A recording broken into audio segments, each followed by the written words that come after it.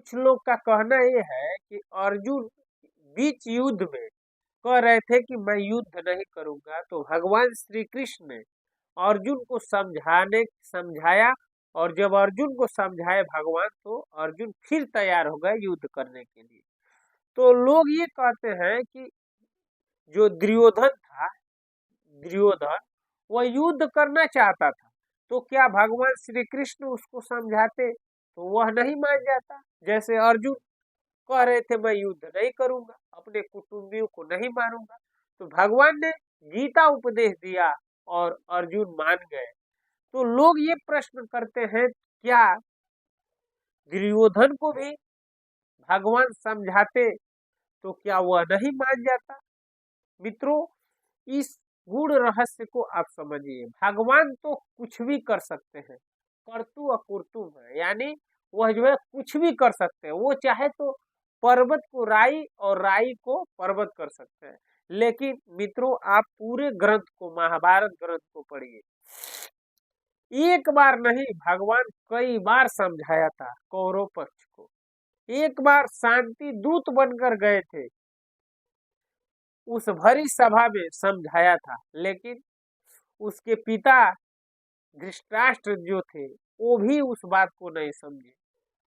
दुर्योधन भी नहीं समझा, जबकि भगवान को ही कहता है इनको बंदी बना लो। फिर भगवान श्री कृष्ण एक बार और दुर्योधन को समझाए ये कि दुर्योधन, जो तुम कर रहे हो वह जो है धर्म नहीं है, वो अधर्म है। तो जानते हैं दुर्योधन ने कहा हंसते हुए कि केशव, हे कृष्ण, मैं जानता हूँ, मैं धर्म भी जानता हूँ और अधर्म भी जानता हूँ, तुम मुझे क्या समझा रहे हो?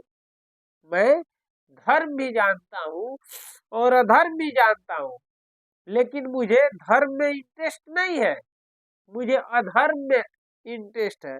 यानी दुर्योधन ये कह रहा है भगवान से कि मैं जानता हूँ कि मैं गलत कर रहा हूँ, और जो तुम कह रहे हो कृष्ण, जो आप कह रहे हो कृष्ण, वो अच्छा है, लेकिन मुझे जो है जो गलत मैं कर रहा हूँ उसमें मुझे अच्छा लगता है। यानी मुझे दूसरों को सताने में अच्छा लगता है। मुझे जो जो अच्छे लोग होते हैं उसे बात बात में मारना, चिढ़ाना, गाली देना, बिना बिना दोष के उसे उसका गला काट देना, इसमें मुझे आनंद आता है, अच्छा लगता है। बताइए, जो लोग ये कहते हैं कि भगवान ने नहीं समझाया था, भगवान ने बार बार दुर्योधन को भी समझाया था, लेकिन दुर्योधन मानने को तैयार नहीं था। अब बताइए, आप ही किसी व्यक्ति को समझाएं कि ये गलत है और ये सही है, तुम गलत कर रहे हो, वो आपसे कहे कि मैं जानता हूं कि मैं गलत कर रहा हूं, लेकिन मैं गलत ही करूंगा, मुझे इसमें अच्छा लग रहा है, तो आप क्या उसको समझाएंगे? जो ये प्रश्न उठाते हैं कि भगवान ने क्यों नहीं समझाया, तो भाई आप ही के सामने कोई आए और उसको आप समझाएं कि तुम ये गलत कर रहे हो, और वह कहे कि हाँ मैं जानता हूँ गलत कर रहा हूँ, यही करूंगा, आप कितना संभाल लीजिए। आप पूछे क्यों? तो मुझे अच्छा लगता है, आनंद आता है। मित्रों, इसी तरह भगवान ने भी उनको समझाया था, उन लोगों को समझाया था, लेकिन उन लोगों ने नहीं माना। मित्रों, आज कल भी इस कलयुग में भी दुर्योधन के पक्ष वाले लोग हैं, आज भी उनको पता है कि ये कार्य सही है, लेकिन उसकी निंदा करते हैं। उनको पता है कि ये जो है अधर्म है, लेकिन वो कहते हैं कि ये सही है। जो धर्म है उसको कहते हैं ये गलत हुआ है। आज भी उनके अंदर ये है कि ये कार्य जो है, आज आजकल भी आप देखते होंगे कि बहुत से जो है बड़ी बड़ी लोग जो है व्रत करते हैं या जो है तीर्थ स्थलों पे जाते हैं, तो उनको पता है कि यहाँ जाना सही है, उसमें कुछ कटकरी है, उस रूल के हिसाब से, शास्त्र के अनुसार से जाइए, वो सही है। लेकिन वो जानते हैं कि वो सही है, लेकिन फिर भी उसकी निंदा करते हैं। मान लीजिए कहीं मंदिर बन गया, फिर भी जो है उसका लोग आलोचना करते हैं।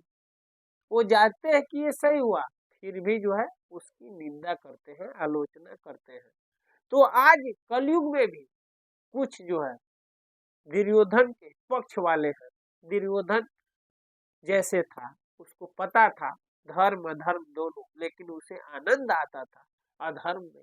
तो आज सामने दिख रहा है, लोग सरेआम जो है अधर्म कर रहे हैं, और वो जानते हैं कि मैं गलत कर रहा हूँ। क्या मैं चोरी कर रहा हूँ तो मैं नहीं जानता हूँ कि मैं चोरी कर रहा हूँ? मैं जो है दूसरों को देखकर जल रहा हूँ तो मुझे क्या पता नहीं है कि मैं दूसरों से जलन करता हूँ? दूसरे का चीज मैं नुकसान करता हूँ तो क्या मुझे पता नहीं है? सब पता है, फिर भी मैं कर रहा हूँ। तो इसका मतलब क्या हुआ कि मैं जानबूझकर अधर्म कर रहा हूँ। तो जब आप जानबूझकर अगर अग्नि में पैर डालेंगे तो आपका पैर तो जलेगा ही, और जलेगा, जलने के बाद तो धीरे धीरे और उसमें जख्म बढ़ते जाएंगे, बढ़ते जाएंगे।